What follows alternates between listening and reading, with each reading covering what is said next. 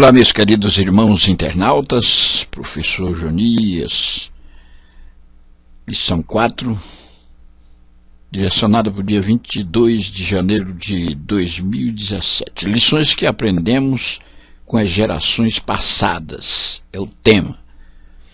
O texto áureo, porque tudo o que dantes foi escrito para o nosso ensino foi escrito, para que, pela paciência e consolação das Escrituras, tenhamos esperança. Romanos 15:4.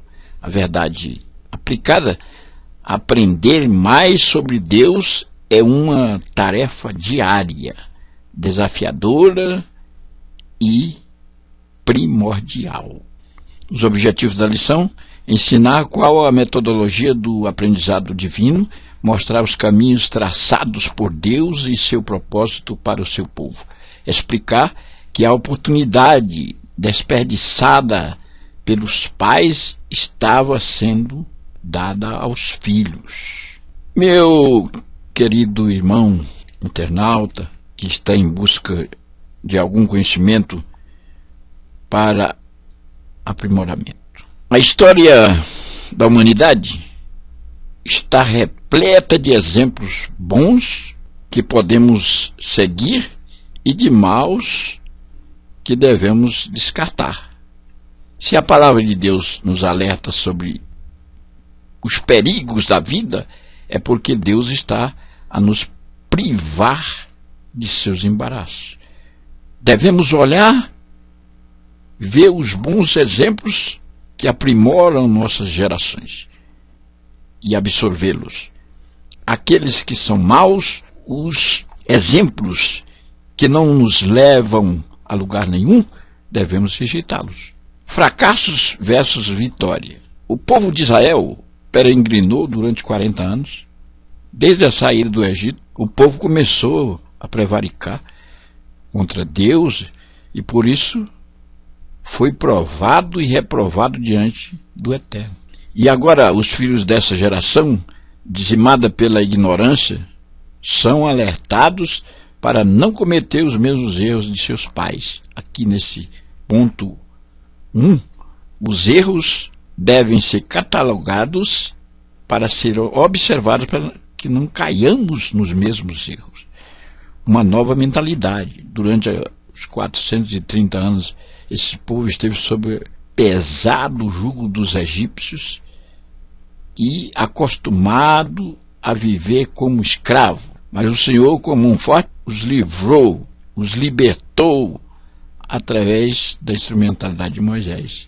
Deus usou Moisés como o vaso que seria o meio através do qual o povo seria liberto e precisava ter uma nova mentalidade, visualizar algo novo, estar direcionado e focado na terra prometida, esvaziar-se do Egito, do velho Egito.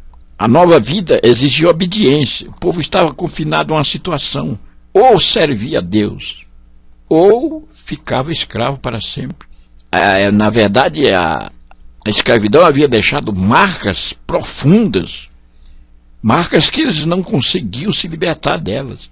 Eles nasceram, cresceram sem qualquer perspectiva de uma vida de paz. A única esperança era a promessa dada a Abraão. Uma promessa que para eles parecia tão longínqua. A dependência e gratidão. Qual seria o sentimento de gratidão por alguém que nos livrou ou livrasse de maus tratos, vergonha e escravidão? Como nosso coração deveria reagir diante de tão grande ato de misericórdia, que foi o que Deus fez com Israel, tirando dos maus tratos lá da terra de Gósen, no norte do Egito. Deus queria que o povo fosse grato e que dependesse dele, porque ele tem o poder para nos libertar. Mas o povo não foi grato. O povo não dependeu de Deus com uma fé viva, como deveria ser. Caminho seguro. Só havia uma atitude a ser tomada pelo povo de Israel ao deixar o Egito? Confiar em Deus. Eles estavam diante do novo, e o novo sempre nos remete à curiosidade e ao medo acerca do amanhã. Sempre estamos inseguros às vezes, temerosos diante do novo que se nos apresenta. Aperfeiçoar e não reprovar. Deserto não significa rejeição, nem tampouco morte. A próxima geração deveria entender porque Deus conduziu seus pais ao deserto. O deserto é o lugar onde nós apenas vamos passar. Não é ali o lugar que nós vamos ficar. Não era ali o lugar que Israel iria ficar. Era uma forma de aperfeiçoamento para uma projeção melhor mais na frente. Quando passamos por tribulação, quando passamos por desertos aqui, quando passamos por momentos difíceis em nossa vida, saiba que o Senhor não está querendo nos matar, mas está querendo nos lapidar para que possamos ter uma projeção melhor. O Senhor está querendo nos colocar em lugares mais altos. Os desertos que passamos, os momentos difíceis na vida, servem de lapidação para um aperfeiçoamento e uma projeção melhor.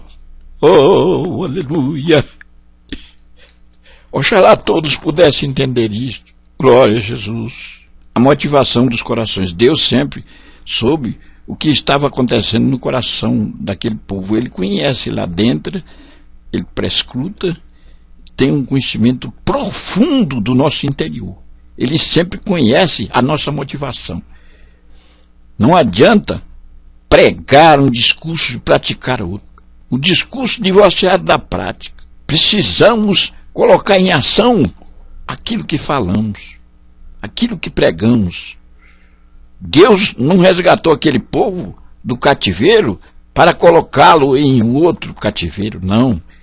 Ele tinha coisa melhor, ele tinha coisa alvissareira para o seu povo. Eles precisavam entender isso e ter uma motivação maior. Alvejar a promessa de Deus, saindo da escravidão, saindo do Egito e indo para um lugar melhor. Aleluia. Deus não nos retroage, Ele não nos coloca em lugares piores, Ele alveja lugares melhores. Aleluia, para nós. Uma desintoxicação em suas almas.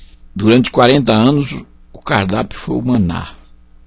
Veja aqui que Deus providencia o maná, a comida que iria desintoxicar o povo de Israel, acostumado a comer as paneladas de carne do Egito, as iguarias do Egito, numa forma de escravidão. Deus tinha coisa melhor. Ele tinha um maná celestial. Ele tinha algo novo para o povo se alimentar. Aleluia.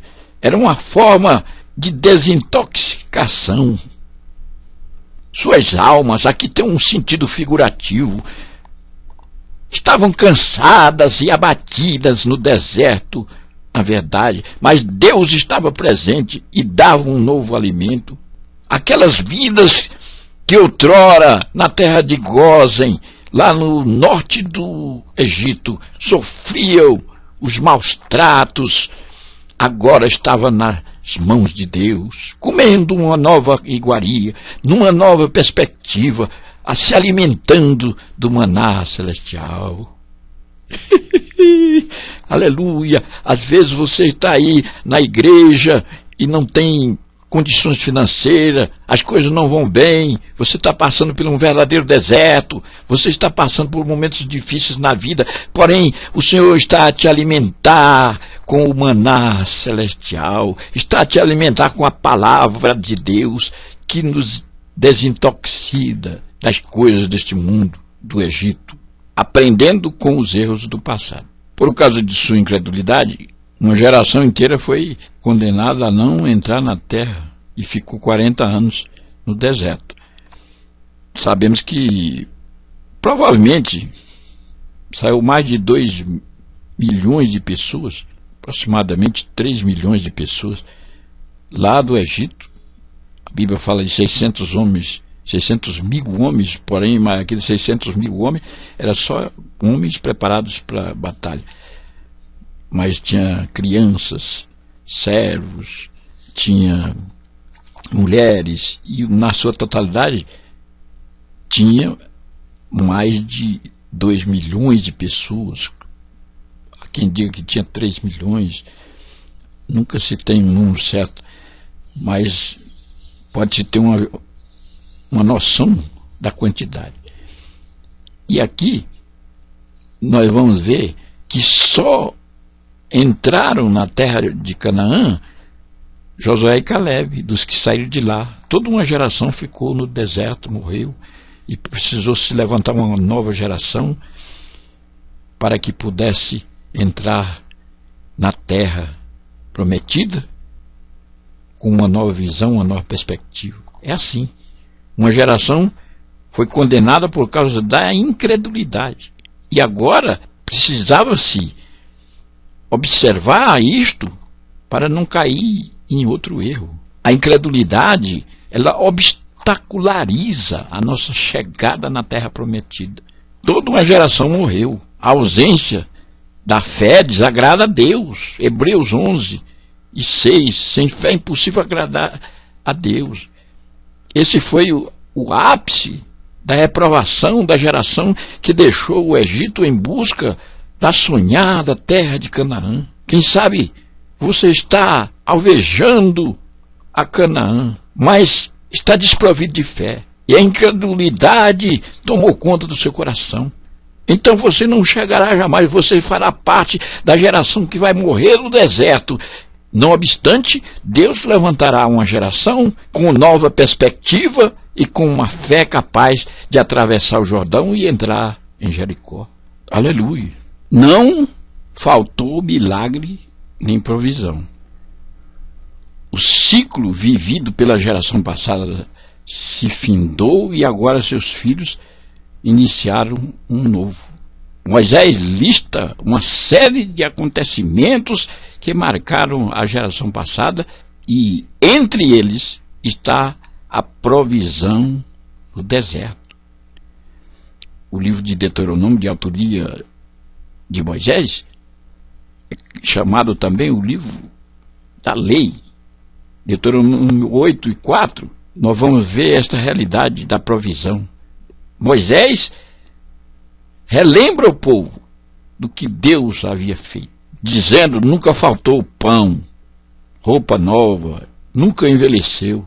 Deus sempre nos dará o que necessitamos, não o que desejamos. Muita gente está querendo um carro conversível, uma mansão, querendo coisas materiais, mas o Senhor está dando, está suprindo o que necessitamos, não o que nós queremos com o nosso coração egocêntrico. Essa é a lição aprendida aqui nesta revista, alertando a nova geração. O sinal de alerta para a geração que herdaria a terra da promessa foi acionado. A terra era a mesma, mas os herdeiros eram outros. Veja bem, desde a promessa, a terra está lá. A terra é a mesma. A geração que saiu do Egito ficou no deserto. A geração que vai participar da terra é uma outra geração. De qual geração você faz parte? Meu querido internauta, não podemos jamais nos esquecer de quem é Deus e de como Ele age em nossas vidas. Não podemos viver repetindo os mesmos erros, nem tampouco viver desperdiçando as maravilhosas oportunidades que o Senhor Deus nos dá. Pessoas que incorrem no mesmo erro ao longo de toda a sua vida, desperdiçam oportunidades. E veja que as oportunidades perdidas, nós aprendemos em lições passadas, são difíceis de ser recuperadas. Que Deus nos abençoe, que possamos absorver esta lição para repassarmos à nossa geração futura algo melhor. Vou deixar aqui o questionário. Qual foi o pior problema dos filhos de Israel? O Egito não saía de dentro deles. Eles não conseguiam se libertar da escravidão. Romanos 12:2. O que aconteceria se Israel guardasse os mandamentos de Deus? Viveriam, multiplicar-se-iam, entrariam na terra da promessa e possuiriam a terra. Deuteronômio 8:1. Qual foi o cardápio de Israel durante os 40 anos no deserto? Maná. Deuteronômio 8:3. O que desagrada a Deus? A ausência de fé. Não tem coisa mais terrível para Deus do que a falta de fé. Hebreus capítulo 11:6. Sem fé é impossível agradar a Deus. Qual era a lição para a nova geração? Tomar o fracasso como exemplo e seguir pelas coordenadas divinas. Deuteronômio 8:3. Está aí. Que Deus nos abençoe.